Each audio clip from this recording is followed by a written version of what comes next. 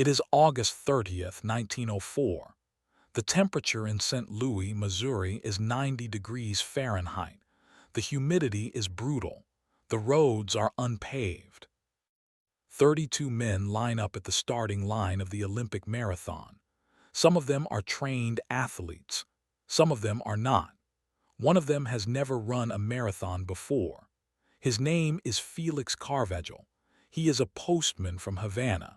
He is wearing leather shoes and a long-sleeved shirt.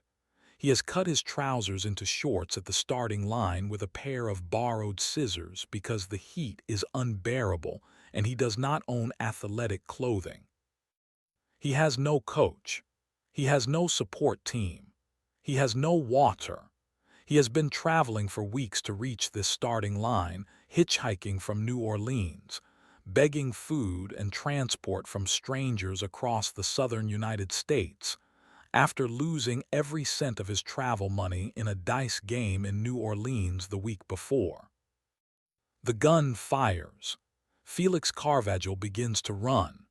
What happens over the next 3.5 hours will be, by any reasonable measure, one of the most extraordinary performances in the history of the Olympic Games. No one will ever give him a medal for it. The 1904 Olympic Games in St. Louis are remembered, among sports historians, as the worst Olympics ever held.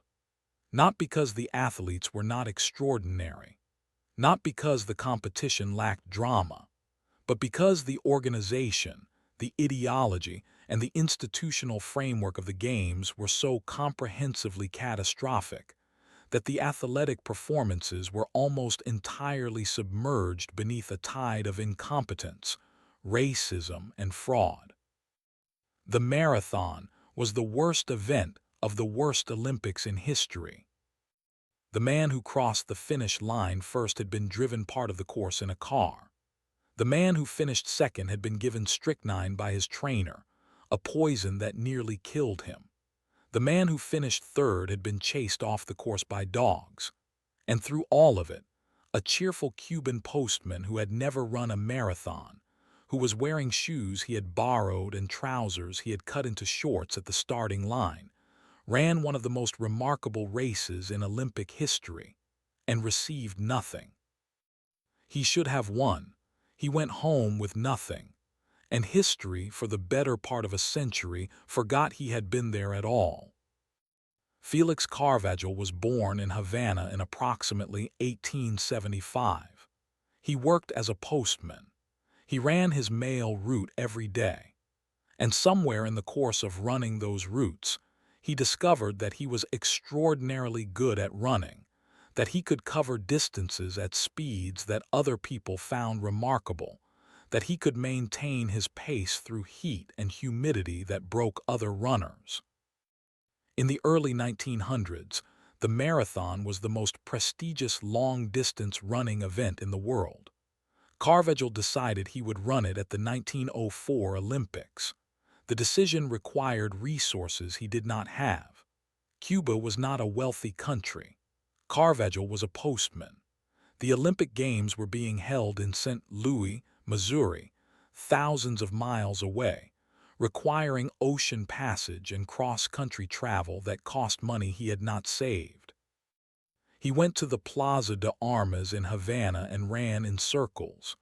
For days, he ran in circles around the plaza, stopping to talk to passers-by, explaining what he was trying to do, asking for contributions toward his travel fund.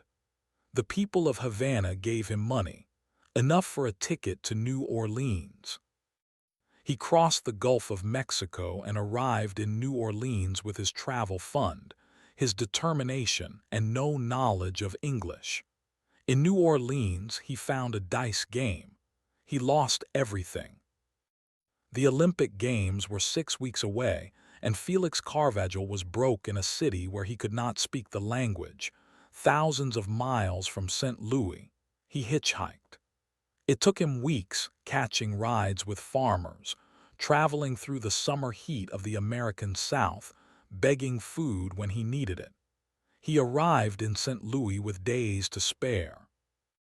A Cuban athletics official who encountered him at the venue took one look at his long trousers and lent him a pair of scissors. Carvajal cut his trousers into shorts at the starting line. He was ready. The 1904 Olympic Marathon was organized by a man named James Sullivan, the head of the American Amateur Athletic Union. The course ran over unpaved Missouri roads in 90-degree August heat. There was a single water station for the entire 26 miles, at mile 12, because Sullivan wanted to conduct an experiment on the effects of dehydration on the human body during extreme exertion. The athletes were, without their knowledge or consent, research subjects. The roads were so dusty that the automobiles following the runners created clouds of choking grit that several runners described as nearly impossible to breathe through. Of the 32 men who started, 14 finished. The first man to cross the finish line was an American named Frederick Lors. Alice Roosevelt, daughter of President Theodore Roosevelt, was preparing to place a wreath on his head when someone mentioned that Lors had been seen riding in a car for 11 miles in the middle of the race. He was disqualified. The second man to cross the finish line was an American named Thomas Hicks. He was barely conscious. Hicks had been given during the race a dose of strychnine mixed with egg whites by his trainers, a combination that was, in 1904, legal under Olympic rules that did not yet address performance-enhancing substances. By the time he crossed the finish line, he was hallucinating, had to be supported by his trainers, and required medical attention for several hours afterward. He was declared the winner.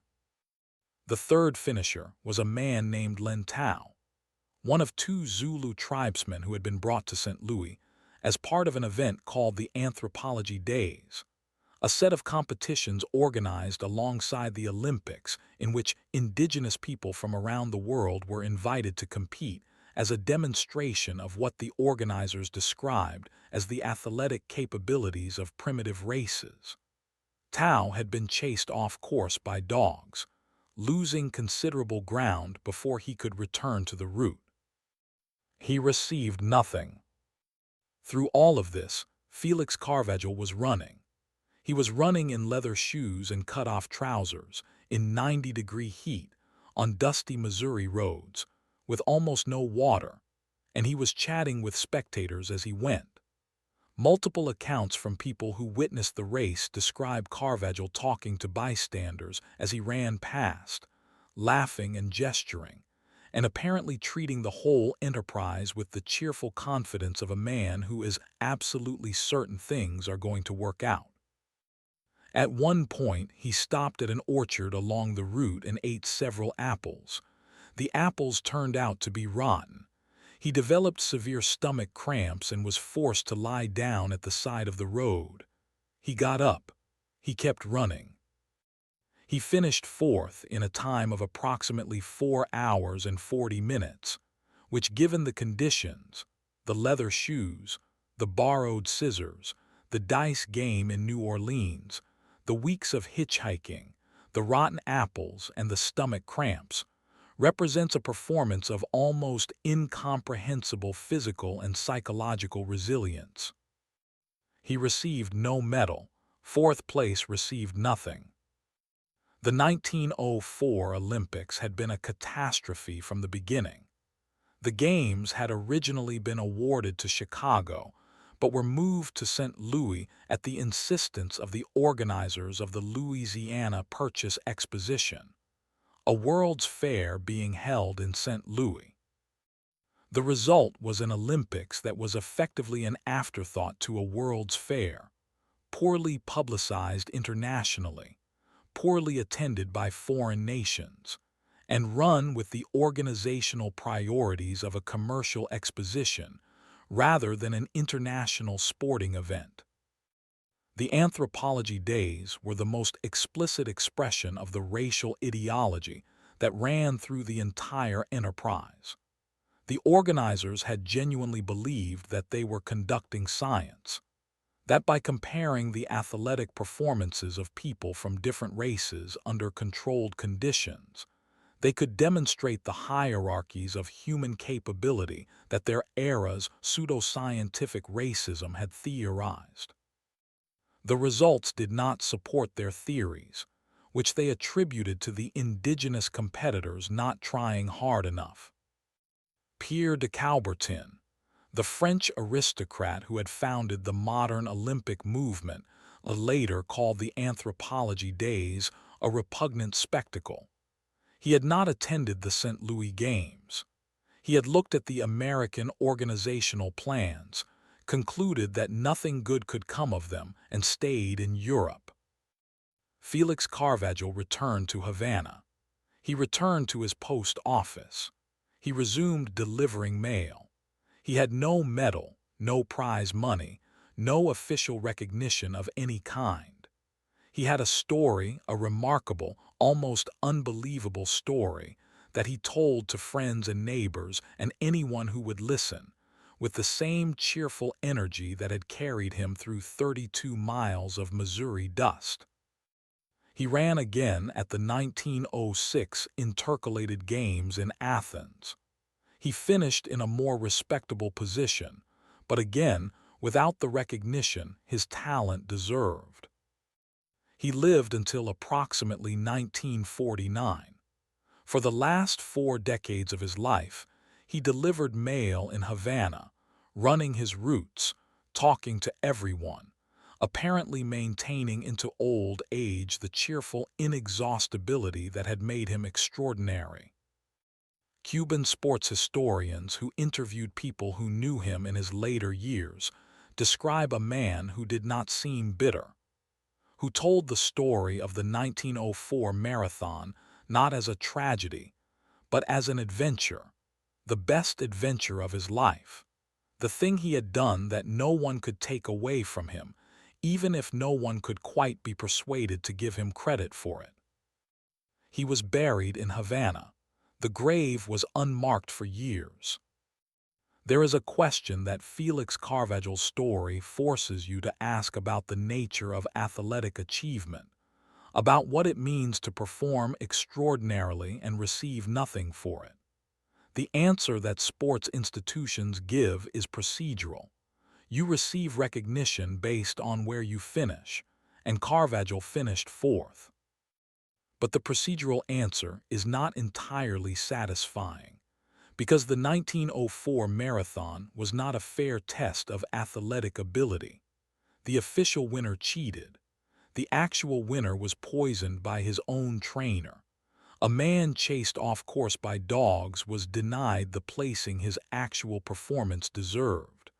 The procedural outcome of that race does not tell us much about who the best runners were. What it tells us is something about what the institutions of sport in 1904 were designed to recognize, and what they were designed to ignore. A Cuban postman who hitchhiked to the Olympics and ran in leather shoes was not the story that the 1904 Games wanted to tell. Carvajal did not fit that story. He was too cheerful, too improvised, too obviously from somewhere that the organizers had not planned to celebrate. He ran anyway.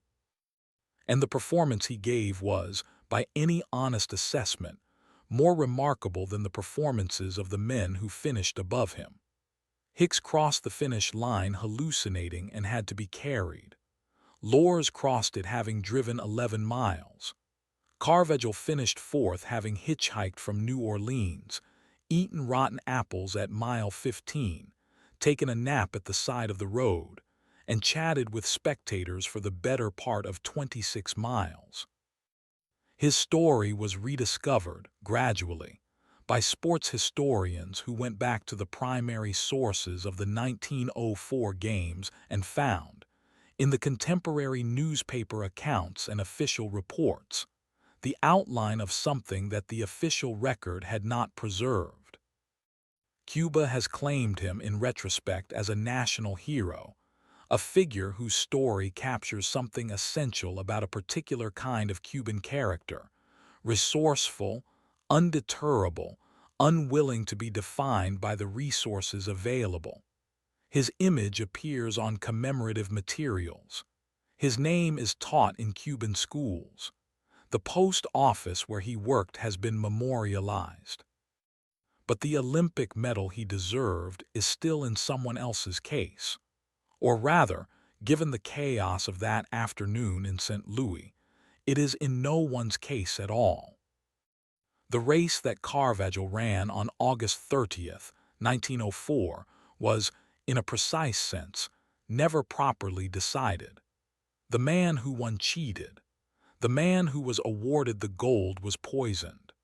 The man who deserved recognition for the most extraordinary individual performance of the day went home with nothing and spent 40 years delivering mail.